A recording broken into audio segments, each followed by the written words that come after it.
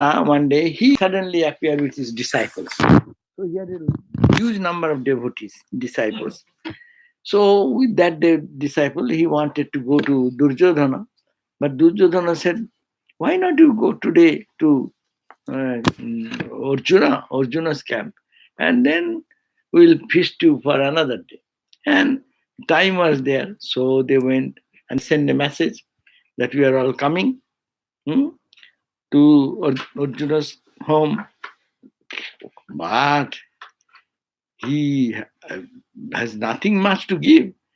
And then it happened the same way that Draupadi then started crying and weeping. Oh my God, if Durvasa comes and I ask for food and I cannot give any food, and if he gets mad, then he may curse. He is so angry, sometimes he will curse. What will happen? And he was, then Draupadi herself was crying and weeping and remembering, oh Krishna, please save our face, and what will happen? And Krishna appeared and said, what happened? The Durvasa has sent a message. They are coming, advance notice. He has 7,000 disciples. Oh. And they have gone for taking a bath, and after that bath in the river, and they will come. They will come to have lunch here. But what shall we do? Then he said, and that patra, that pot, she has finished the meal, so there is nothing more. There is another story that Krishna appeared and said, okay, find out anything is there in your pot, and found one or two grains or like that, and he ate. And he said, he felt such satisfaction. Huh? And he said, wow, as after full meal, sometimes you burp like that. No, he did like that. And all the 7,000 disciples and what is called Durvasa, they felt so much satisfaction. They felt, send a message, we are all full, we don't need to go for anything. That is called that's Patra. It's called the Akshay Patra. Another story is also there, I forgot. Anyhow, so today is the auspicious day in that sense. Akshaya Tritiya. Yeah. Akshaya Tritiya day is also Vyasa started writing Mahabharata. Vyasa started writing this Mahabharata, and who will be writer? Writer was Ganesha. Yeah, with his broken tusk, right? And there is a contract. You will have to write. You cannot stop in between and tell me, what is it? And he also, Ganesha said that you will also have to keep talking. No, continuously you have to supply me the verses. If you stop, then I will stop forever. Then he made a contract. Vyasa made a contract. What I say, you have to understand and write. And then that was the way he dictated, and Ganesha wrote uninterrupted this Mahabharata. So, Akshaya Tritiya day is our birthday of Parashurama. That is too further. Parashurama's birthday. Akshaya Tritiya day is Dakshineshwar Kali temple was established. Sanjatta. Dakshina, then some other place. Akshaya Tritiya day it was established. Jagannath's Rath. The Jagannath's Rath means the chariot of Jagannath in Puri. That is, they start there preparing that chariot like that every year. So there are so many auspicious things happen in this day. And you do japa, it will be more auspicious today. And that's the best. What else can we do to make it good for us? Good for us, yeah. Hey, Louis, I don't see your face, Baba. So much place. Sit in such a way I can see your face. Go and sit Sit wherever, but only to see you. There in the corner, here, wherever. There also is good.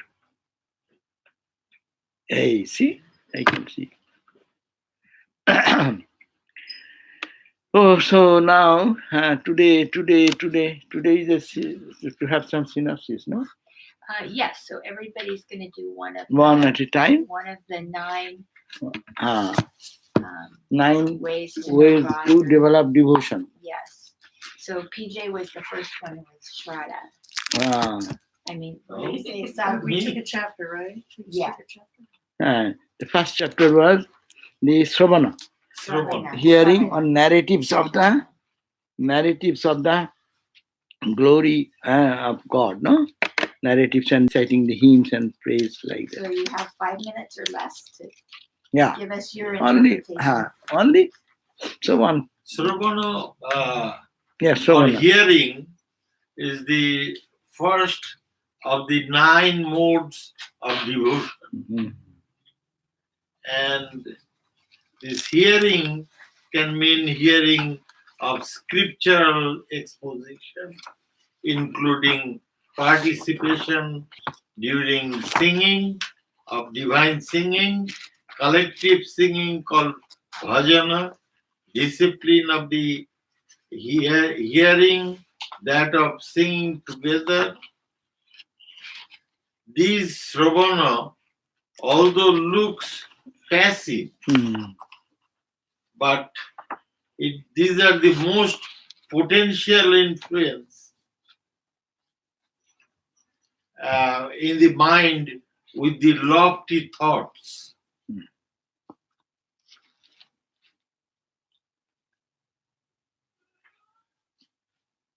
Good fortune of hearing the discourses of songs and discussions of great devotees whose hearts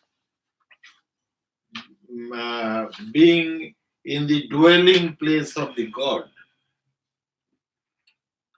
Singing God's name, hearing God's name, reading of devotional scriptures, and satsang.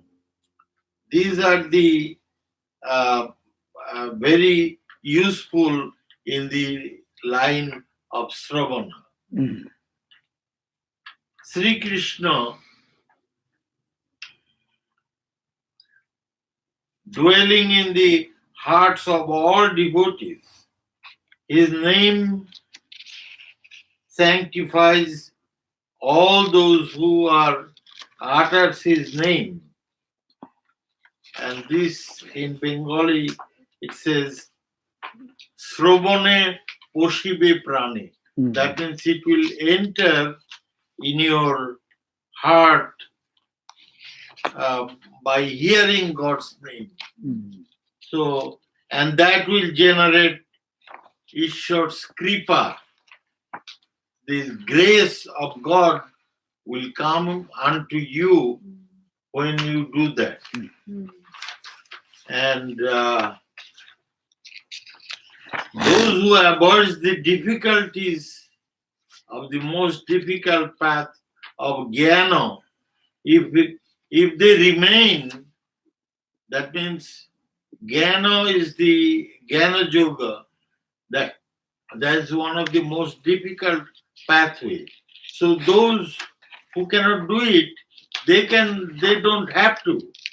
They can Hmm.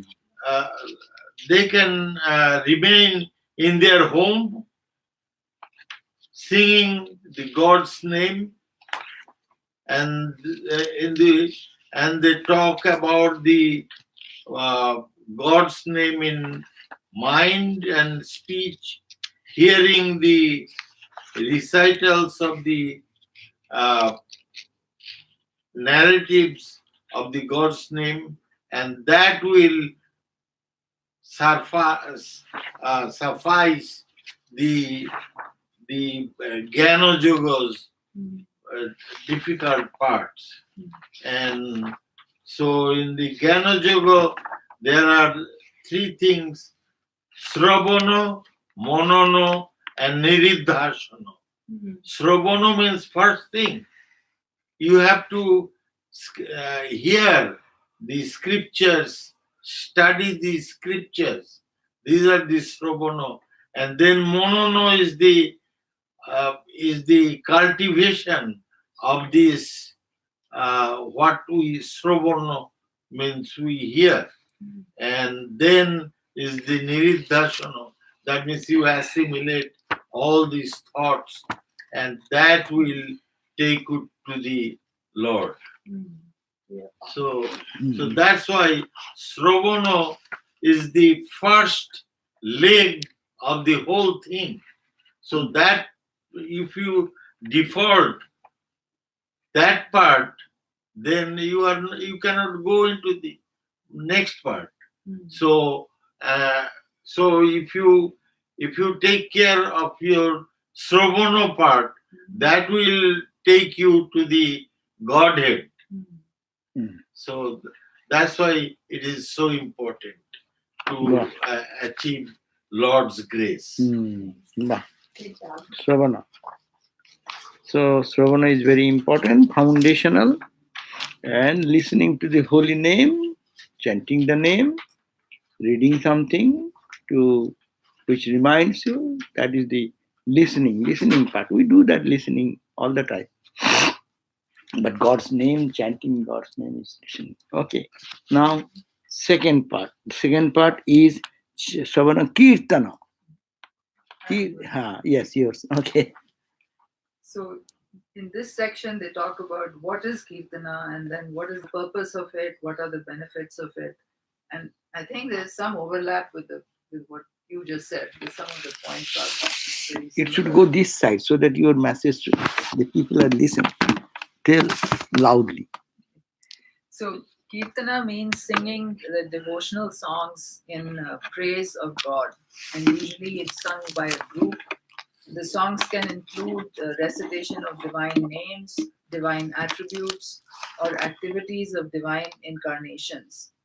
And because the attributes of God are limitless, so you can sing about any of the attributes that you may find to be appealing. So, what are the purpose and the benefits of Kirtan? Singing the glories of God is beneficial because it brings joy through absorption in God. And as you sing, God reveals himself in the devotee's mind. However, the words and the narrative have to be very specific to God and not about any other subject. So it brings freedom from fear, and it's not for the purpose of trying to bribe God or flatter God, but it's to commune with him. It's one way to speak to God. The name of God is so potent that one who takes refuge in God and takes his name sincerely at the time of dying realizes him. But this is not a quick fix for leading an evil life and then thinking that suddenly you're going to take his name at the end. And the reason for that is because unless you have practiced it throughout your life, you're not likely to remember it at the end, unless there is some special grace been given to you. So only a long-standing practice will actually root out your evil tendencies and establish that love for God. So Kirtan is, of course, part of the path of devotion. And one of the advantages, as he mentioned, is that it can easily be practiced by householders. And anyone who has the ability to speak should take advantage of that faculty to sing the glories of God. Another point they make is that we are in the age of Kali, which is the most degenerate of all ages. And so the easiest path to spiritual development is through bhakti. And Kirtana is, of course, a critical part of that. So one who sings the praises of God will attain devotion in this life and liberation thereafter. Yeah, good. So, yeah, Sravana and Kirtana. Kirtana is also beneficial because you out loud you sing. Yeah. And it comes to your ear. So your attention rotates around God and you are singing out loud and congregational singing. That is the song Kirtana. And it vibrates in your whole Yeah, body. and It vibrates. The vibration. rhythmically, if you do, as Bijoy said, that it will enter into your very being and it will resonate in your heart. Yeah, that I was going to say. In our vigil, when you come, you see, when you are doing that, little loud. Sometimes in the morning, at least or whole day, you are hearing the name you are chanting, and it creates such an atmosphere. If you are really focused, then you feel great connection and great joy. That's it, out loud. You can do mentally. Normally we do that, but the kirtana means it is little out loud. Good, wonderful. Now is who's third? Three. Miss Yeah, Durga. yours. Okay. Durga, Durga. Jai Ma. Judge. Smarana, or remembrance of the Lord. Hmm. This mode of bhakti begins by noting that the other disciplines, Shravana, Kirtana, and Archana, etc., are all together used to reinforce the remembrance of God, Hmm. and that in one's persistent effort to these various practices, it can help the progression of a continued remembrance of the Lord. However, it is noted that it is not that the Lord, no, it is noted that it is the Lord that purifies the heart and not one's practice. Hmm. Lord purifies, not the practice. The Lord purifies and not the practice. Sri Sukha, who is Sri Vyasa's son, in the third verse, describes the purifying power of a fixed remembrance as being so strong as to be able to prevent yama from Hmm. ever approaching a sincere yogi. And Brahma describes the effect of holding Sri Hari in his heart with the ardor of intense devotion, the reason his words never became untrue, and his thoughts and senses to never stray onto a sinful path.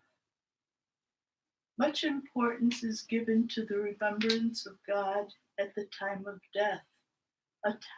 A lifetime of practice is believed to ensure this important moment as determining one's course of evolution.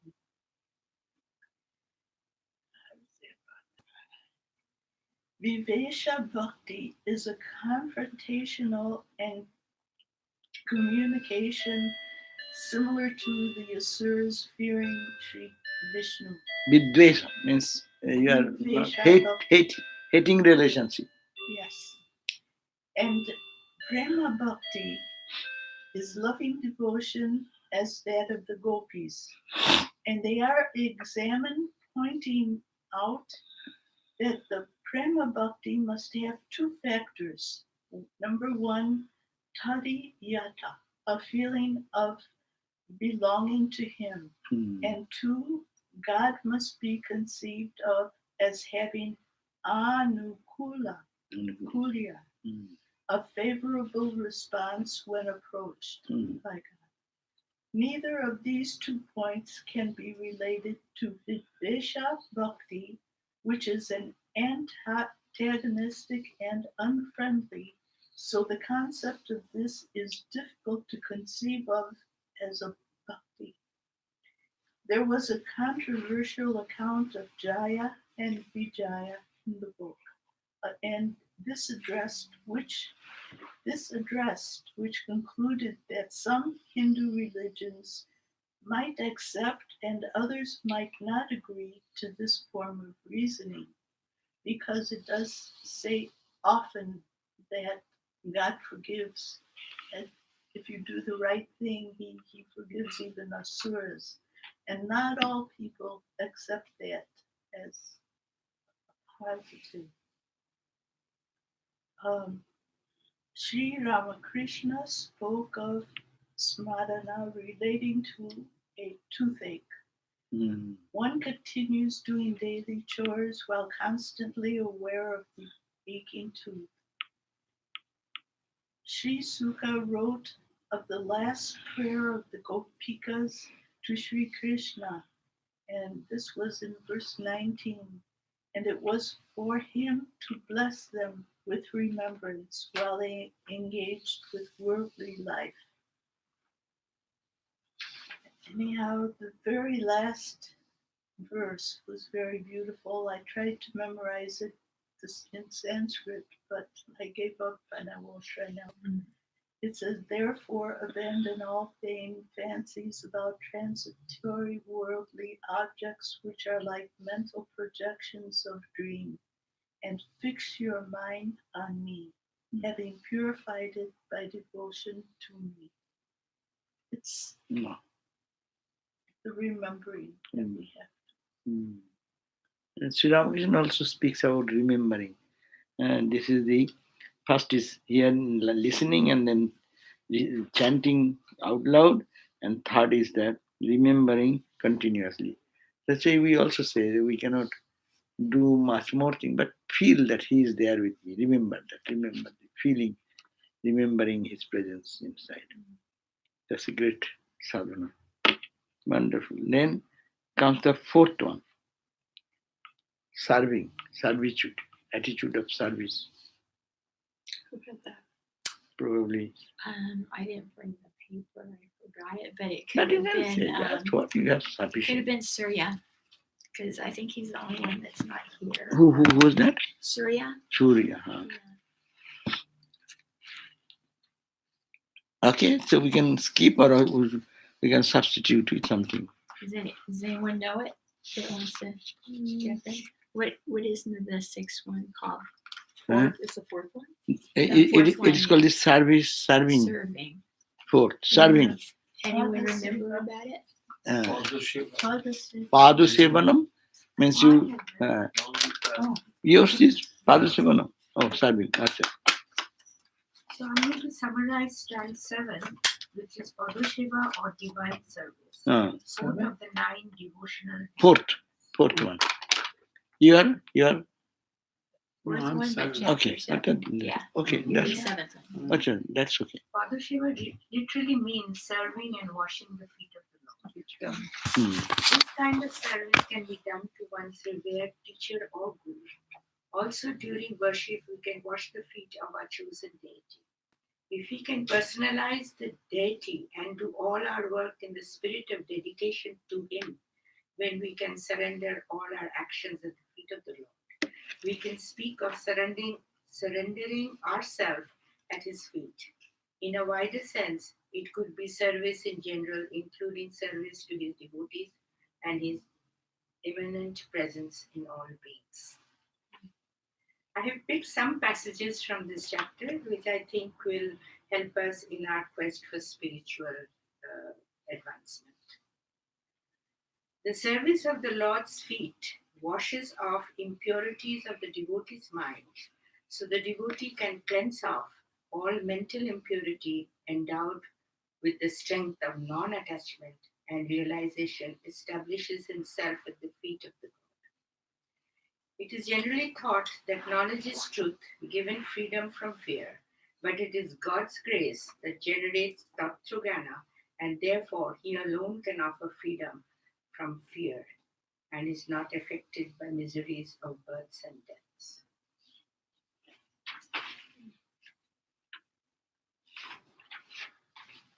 Those who have taken refuge at the dust of thy feet do not desire for heaven, emperorship, creatorship, superhuman, yogic power, or moksha.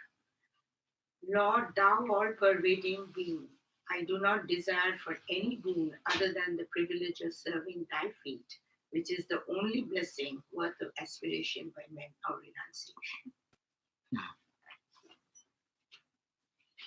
The Supreme Lord Hori, dwelling in the hearts of his dear devotees, can remove the possible evil effects of any karma, provided the devotee abandons all other loves and allegiance and worships him and takes refuge at his feet. By this steady and continuous service of the feet of the Lord, an aspirant is blessed with devotion, dispassion, and experience of God. He then attains liberation, the state of supreme peace. If the man does not seek absolute shelter at thy feet, refuge from all fears, he will be dominated by the wild sense of I and mine, a root cause of all suffering, and as a consequence, he will be subject to grief, desire, defeat, and insatiable greed on accent of wealth, home, and friends. Service all being Padashiva is implied in the following description of the different types of devotees in the worlds of Buddha.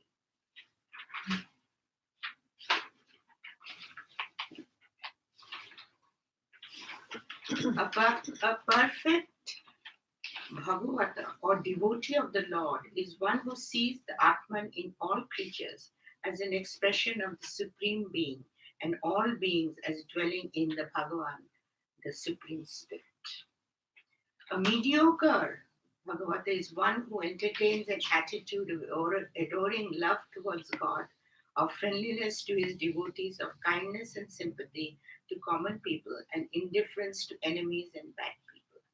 The third one, the inferior type of Bhagavata, who performs the worship of God in images with faith and devotion, but is totally indifferent to devotees of God or other beings, an account of his incapacity to recognize the divinity manifesting through Prakriti. Paduseva. Paduseva means is washing the feet, simply washing, massaging the feet, passing.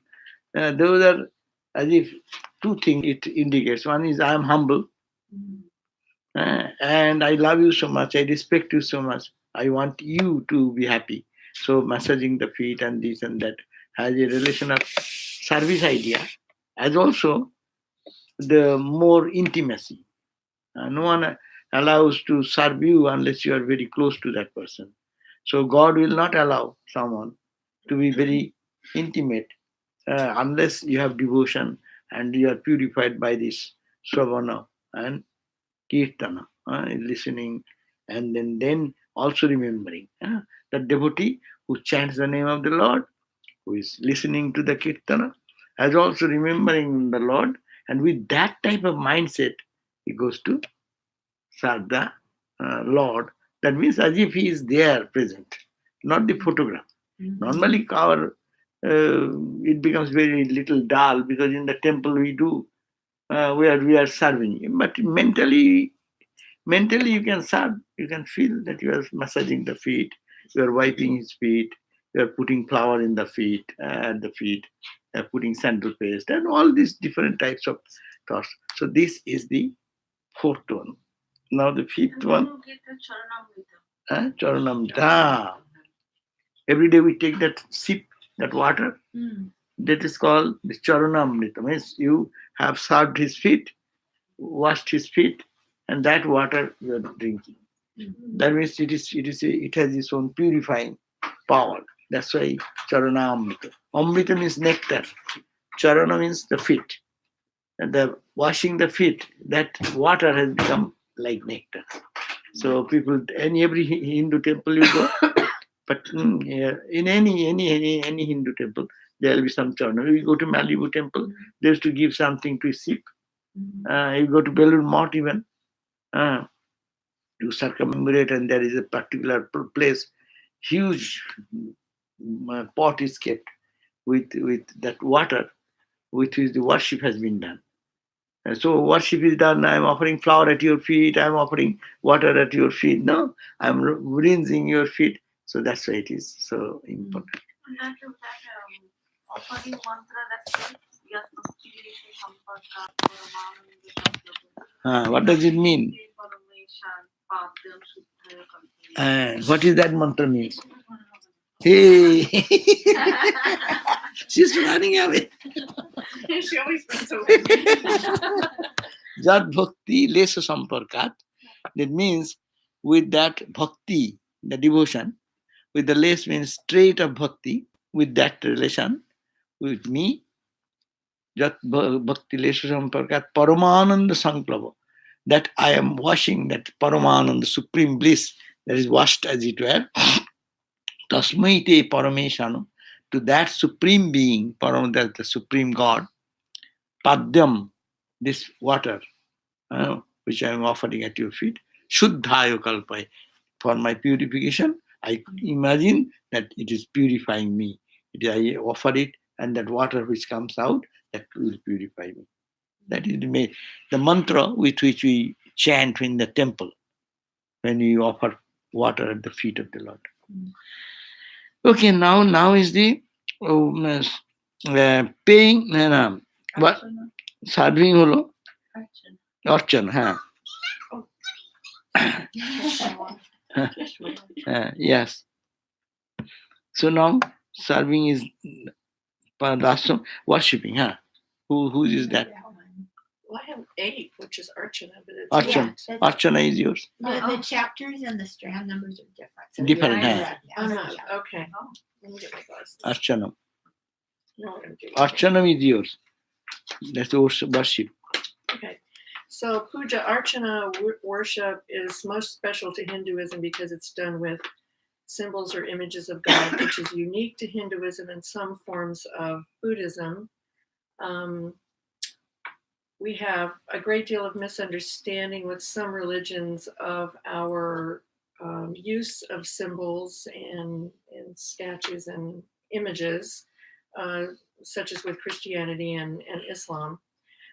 But our practice is seeing God in everything and knowing that God is everything, which extends to the use of sacred images of God so that our human mind may have some chance to grab maybe a tiny hold of Brahman, giving us the opportunity of growing and deepening our devotion and unity through the blessed interaction and joining with our chosen ideal. And that's what they don't understand. You know, that's what we're doing. That's what we're trying to do. They think we're worshiping a rock or a piece of wood or something. Our rituals or pujas bring us closer to a deeper understanding of the true oneness, and therefore represent true devotion. However, it's important not to get caught up with ritual without devotion. That's a dead path. It has no passion for God, and it's only idle action. And I particularly love this line. I want to read this line. The worship of images can become corrupted when an overgrowth of soulless ritualism is allowed to smother the devotional sense. I love that line. It is incorrect to think that images are idols or pieces of wood or stone. God must always be alive. And if we keep practicing and practicing, we can perhaps begin to feel and see the presence of Brahman in every single thing we encounter. So I just kind of listed them 1 through whatever it was. So number 1, the watering of the tree at the root. We water at the root because it reaches all the branches, all the leaves. The eating of food nourishes the entire body, goes out to all the limbs and all the organs. And so it is with the worship of God.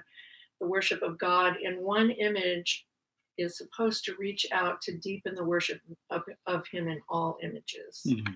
So God is the root of the soul. A tree must be watered at the root. We must have God at the center of our heart and our thoughts.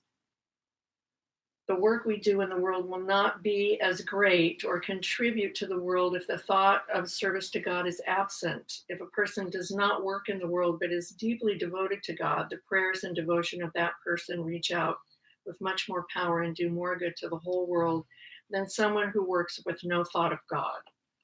Work with no devotion leads to ego-based actions and decisions and doesn't do much good. Number 3, external worship and spiritual understanding go hand in hand. Both dry intellectual understanding or robotic ritualism without devotion place the worshiper between a rock and a hard spot. There's no movement. The mind is full of concepts with no real understanding, and the ritual is devoid of the heart surrendering to God.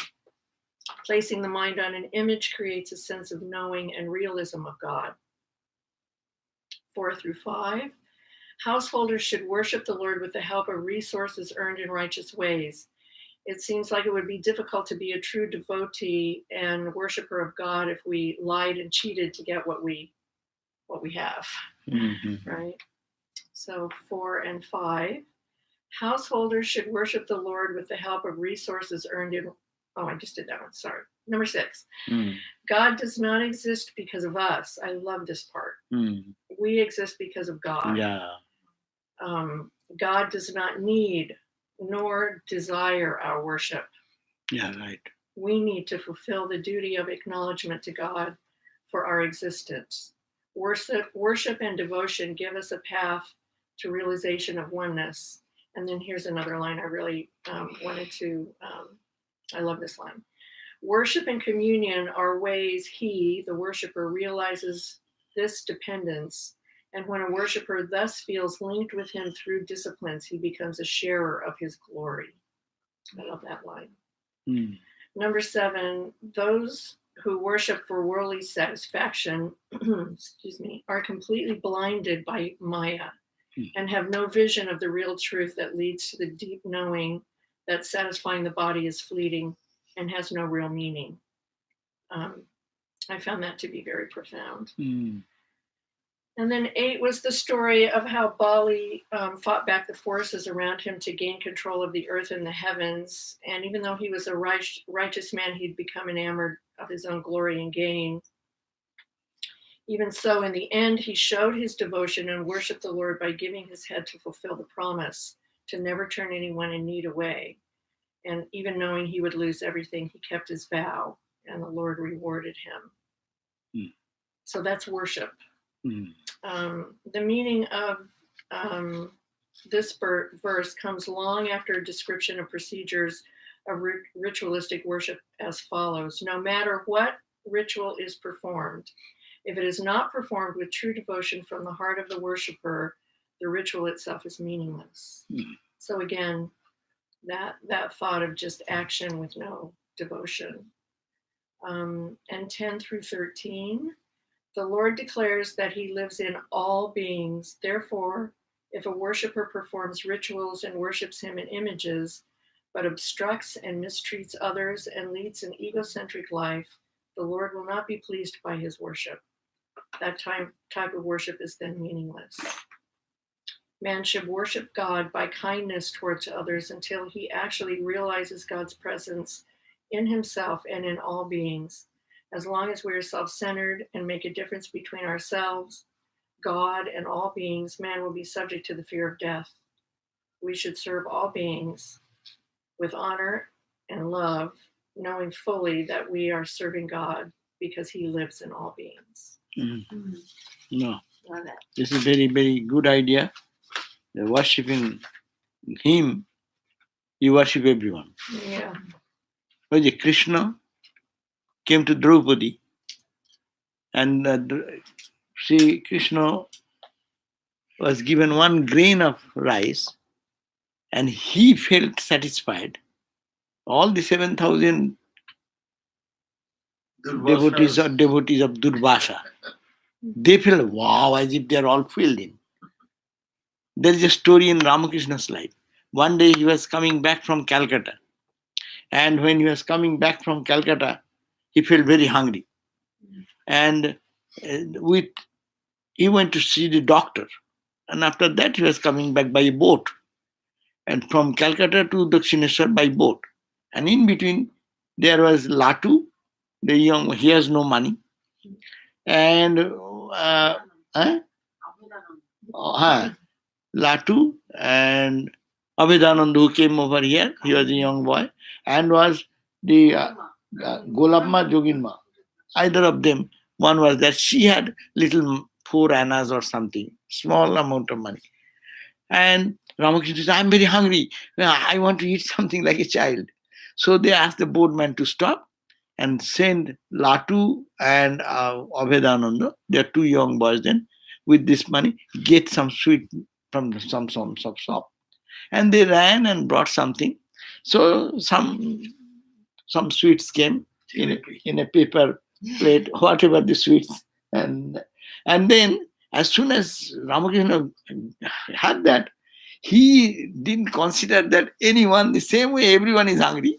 As a courtesy, at least you give one piece to all. But he started eating, and he ate everything himself. And not a single piece, and everyone was looking at him. And then, not only that, he then took the Ganga water and then drank. and say, ah. And as soon as he say, ah, the hunger of all these people who are in the boat, they felt satisfied. Oh wow.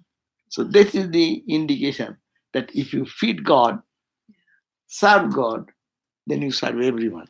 But this indication what you have given of this chapter gives. But if you serve God, you will be more sensitive to his devotees because God resides in them, and you cannot mistreat others and only go into the temple and put all these offerings and things. So that is the point. This is the serving, worshipping. Okay, now comes the paying obeisance to him. Yeah, this is Kalpana. It's a Vandana or salutation. Okay. Chapter. It's very much in same line with the Archana Archana. that Pavitra just described. So the Vandana or salutation is a devotional attitude, bowing down before divine images. Other religions like Christianity and Muslims, they do the same, but without any image in front.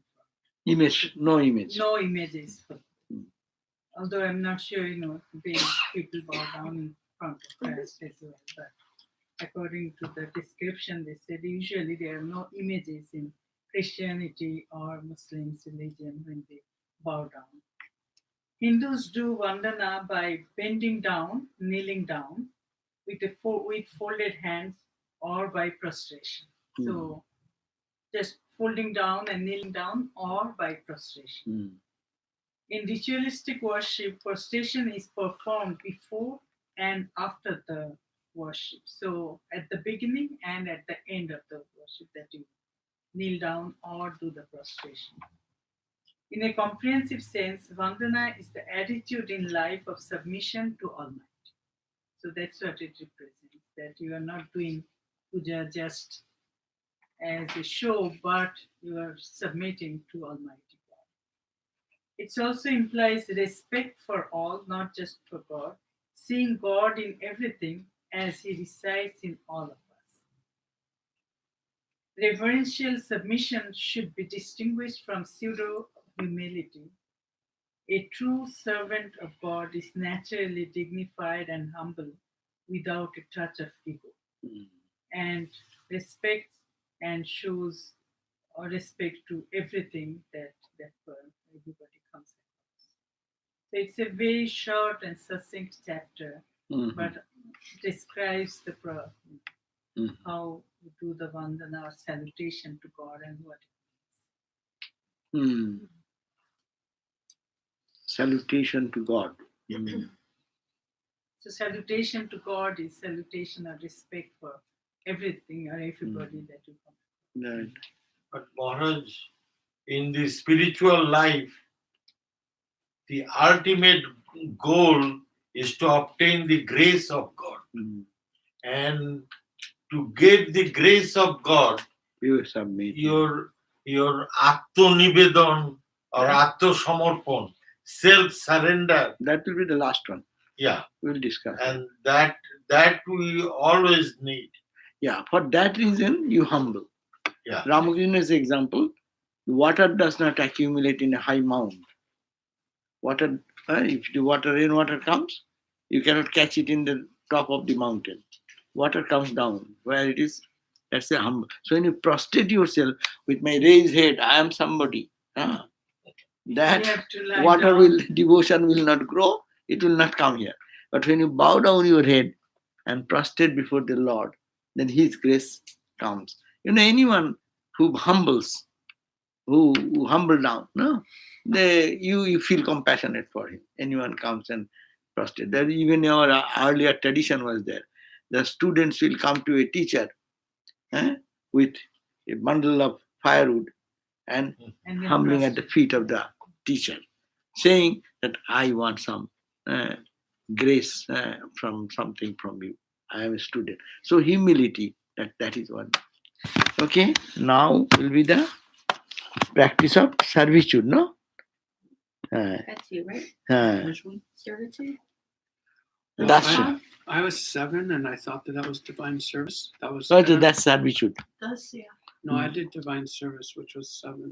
Oh, so So, you did chapter But she 7 instead. she already so I just read whatever. Yeah, whatever you have. I read what she wrote. I read pretty similarly. So, Okay. 7 is Pasadeva or divine service, and Pasadeva word literally means serving, shampooing the feet. They could be done to one's guru. Paduseva, huh? Yeah, Padasheva. Hmm. It can be done to one's guru, can practice in a symbolic way to the chosen deity image. Image worship is one of the most effective disciplines in the cultivation of devotion.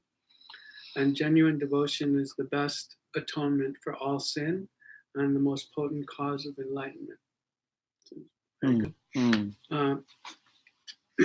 If we all do our work in a spirit of dedication to God, we can speak of surrendering ourselves at His feet. It is through the service of the feet of the Lord that all beings, be they devas, asuras, men, yakshas, or gandharas, attain peace and happiness. And the delight in the service of His feet, growing day by day, washes off the age-long accumulation of impurities in the aspirant's mind, even as the waters of the Ganga spring from his toes, removes his sins. A devotee cleansed of all mental impurities and endowed with the strength born of non-attachment and realization establishes himself at the feet of God and is never affected by the miseries of the cycle of births and deaths. By the steady and continuous service of the feet of the Lord, an aspirant is blessed with devotion, dispassion, and experience of God. He then attains to liberation in the state of supreme peace. Good, wonderful. Very nice. Mm-hmm. So this is the attitude of servitude that we can link with it. I am your servant, oh Lord, you are the master. I am your servant. That attitude, and with that attitude, whatever we do to serve Him, that's serving the feet of the Lord.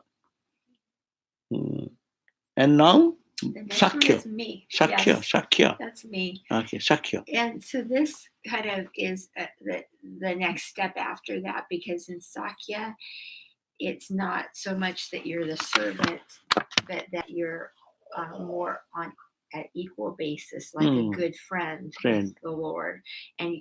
But at the same time, not forgetting that that is the Lord, having that honor and respect. And, there's other ways in bhakti of experiencing a relationship with God, and that could be seeing God as a parent or seeing God as a child.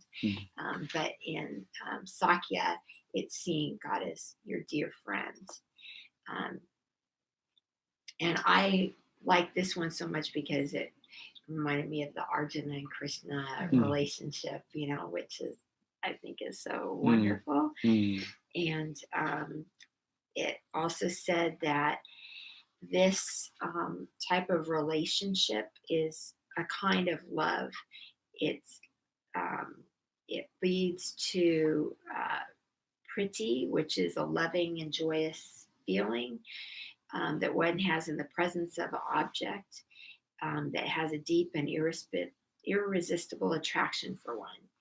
And, we often have this feeling towards our people who we love. So it helps us relate to that, knowing that we've felt it before, we can feel that for God. And then from priti, it grows into prema, which is that more sacred, divine love, or love for the divine. And then the other ones are Sakya is comradeship, Vatsalya is parental affection, and Madhura is conjugal love, are all aspects of prema and priti in different degrees in the experiences they yield. So I think it's almost like the other chapters talked about engaging the emotion. And that's one way for us living as householders, as we all have relationships, and we understand what it means to have a very close friend. And I also like the idea of it's different than family because you got your family and you didn't choose your family and you're stuck with them anyway. But your friends, you choose your friends, and there's a different kind of openness and also reciprocation, with the friendship. You help each other, and that's what makes a good friendship. So that's why I like that. We just don't remember we chose our family. Yeah, exactly. We just don't want to admit we did that. Yeah. I am a mother worshipper. So I love my mother, and when I pray, I think of mother and love mother, and I feel myself that when you are praying to mother, if you can intensely love mother, so that water is coming down your cheeks, thinking of the mother's thought, then I think that something I have achieved that day. Yeah, you're making me cry now just thinking about it. Yeah. And the last one is, as you said, the surrender. That is the end result of all these practices. And there I tried my best. I did worship. I wanted this relationship with you. I served you. I do japa, I sravana, kirtana, all this. But it culminates into when one can just surrender. Say, oh Lord, you are everything. When that comes, that ends our sadhana. Then like a child one becomes, I cannot do sadhana also unless you are gracious. So it's all, there is nothing of me anymore. And all our I and me is gone. And what remains? The Lord remains only. Satma Saranagati. And there they divided into two groups. One which comes for long practice, and in sometimes there is no such example of practice, but it spontaneously happens. There are examples, they may have their, in this life, they suddenly got this attitude of surrender. Saranagati and Atmanivedam, that is the last two chapters. That meaning that there is subtle distinction, but these practices lead to that conclusive knowledge. And that there is a perfect satisfaction. We can see you people.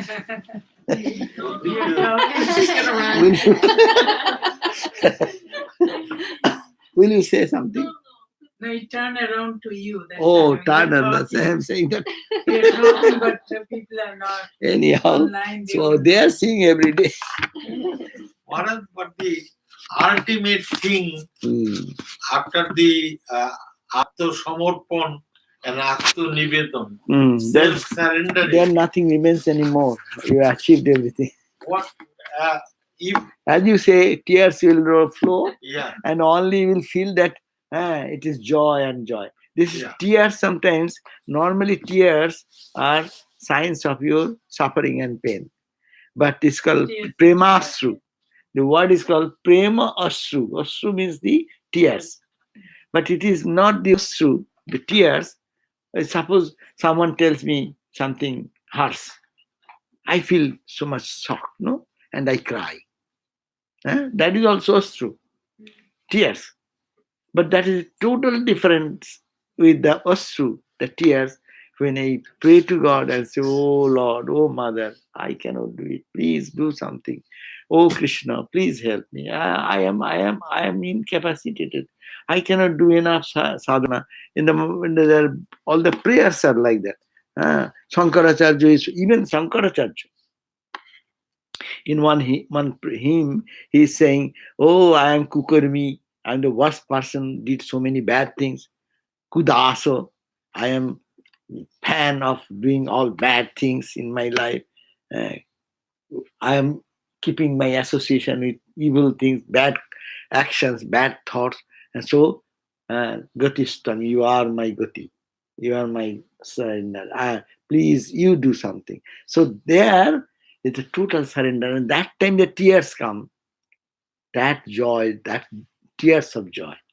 That's why it is said in Bhakti, two types of tears. One, when you cry, when it comes this way, normally people's tear come this way.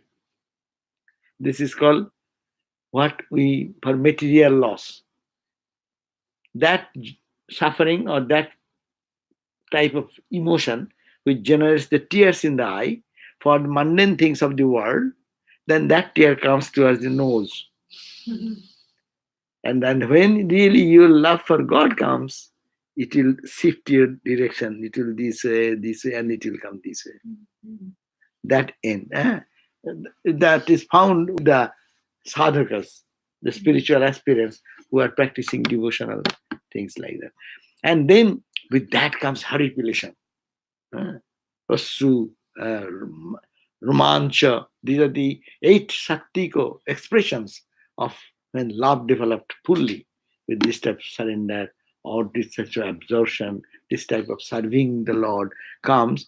Ultimately, one leads to the other. Tears coming out, horripilation all over the body. Sometimes body shakes like that. These are called Shivers. Ostru, Kampa, Shveda. Sometimes they are sweating. Their body will be sweating like it, everything will be wet and the cloth will be wet. Such, it is all the expression of the emotion. It's a spiritual emotion. And this devotion can express all these different 8 sattvic pure types of expression when it is love for God generates. And love for God generates means that love you see everywhere. As it is going inside, it will be outside. It's not that I love God and I hate others. That's why lovers of God, there is no one enemy because they know that it is only God in everyone. Spontaneously it will happen. And practicing time, we have to practice. Oh, I worship God, whom I worship. He is in the heart of all. No, so this attitude. Okay, so anyhow, we have